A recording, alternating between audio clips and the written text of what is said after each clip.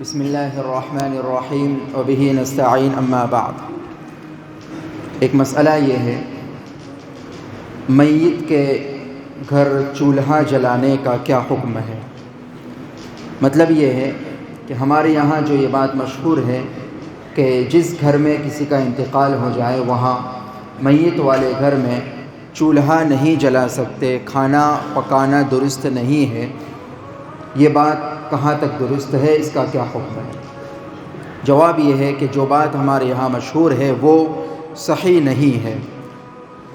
شریعت مطہرہ میں اور قرآن و حدیث میں میت والے گھر کھانا پکانے کی کوئی ممانعت نہیں ہے۔ اگر ضرورت ہو تو پہلے ہی دن کھانا پکایا جا سکتا ہے، چولہا جلایا جا سکتا ہے، شریعت میں اس کی ممانعت نہیں ہے۔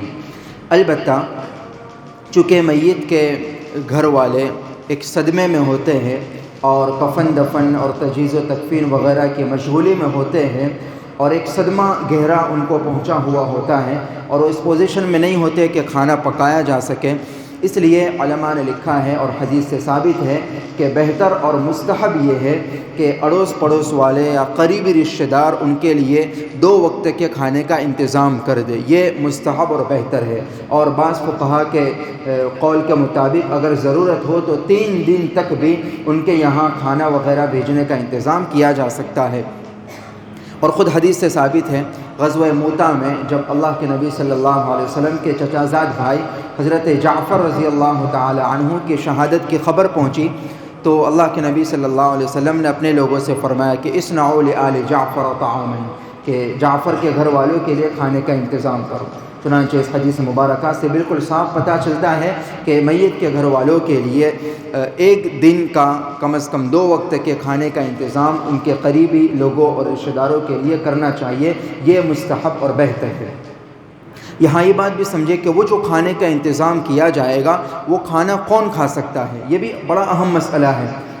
ایسا نہ ہو کہ ڈیگے چڑھی ہو اور سارے کے سارے محلے والے لوگ جمع ہو کر کھانے لگ جائے اور ایک دعوت کا ماحول بنے۔ ظاہر ہے آدمی ذرا عقل سے سوچے کہ کھانا اور دعوت کا انتظام یہ خوشی کے موقع پر ہوتا ہے، یہ کوئی خوشی کا موقع تو ہے نہیں، ایسے موقع پر ہر کوئی آ کر بیٹھ جائے، یہ بالکل نامناسب بات ہے۔ حدیث مبارکہ میں تو اللہ کے نبی صلی اللہ علیہ وسلم نے یہاں تک فرمایا کہ طعام المیت یمیت القلب، کہ میت کے گھر کا کھانا انسان کے دل کو مردہ کر دیتا ہے، انسان کا ضمیر مر جاتا ہے ایسا کھانا کھانے سے، اللہ کے نبی نے فرمایا۔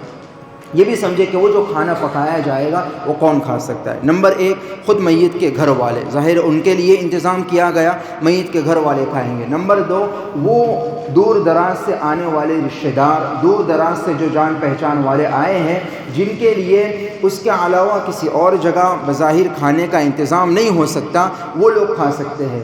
اور اسی طرح نمبر 3 وہ لوگ بھی کھا سکتے ہیں، اگرچہ وہ قریب والے ہیں، ان کے مکانات قریب میں ہیں، وہ گھر جا کر کھا سکتے ہیں، لیکن وہ اگر گھر چلے جائیں گے تو وہ جو میت کے گھر والے وہ خود بھی کھانا نہیں کھائیں گے، اس لیے ان کی دل جوئی کے لیے اصرار کے ساتھ اپنے ساتھ بیٹھ کر ان کو کھانا کھلائے، تو ایسے لوگوں کے لیے بھی اجازت ہے۔ اگرچہ گھر قریب ہے جا سکتے ہیں، لیکن ان کی دل جوئی کے لیے، ان کو تسلی دینے کے لیے اپنے ساتھ بیٹھ کر پیٹھ پہ ہاتھ پھیر کر ان کو لقمہ دے، ان کو کھلائے اصرار کرتے ہوئے، تو ایسے لوگوں کے لیے بھی اجازت ہے۔ یہ 3 قسم کے لوگ گویا کہ ہوئے۔ اس کے علاوہ باقی جو محلے والے عام لوگ ہیں جو گھر جا کر کھا سکتے ہیں، ان کے لیے تو یہ درست نہیں ہے کہ وہ بھی اس جگہ جا کر کھانا کھائے۔ حدیث آپ نے سنی، اللہ کے نبی کا خود فرمان ہے۔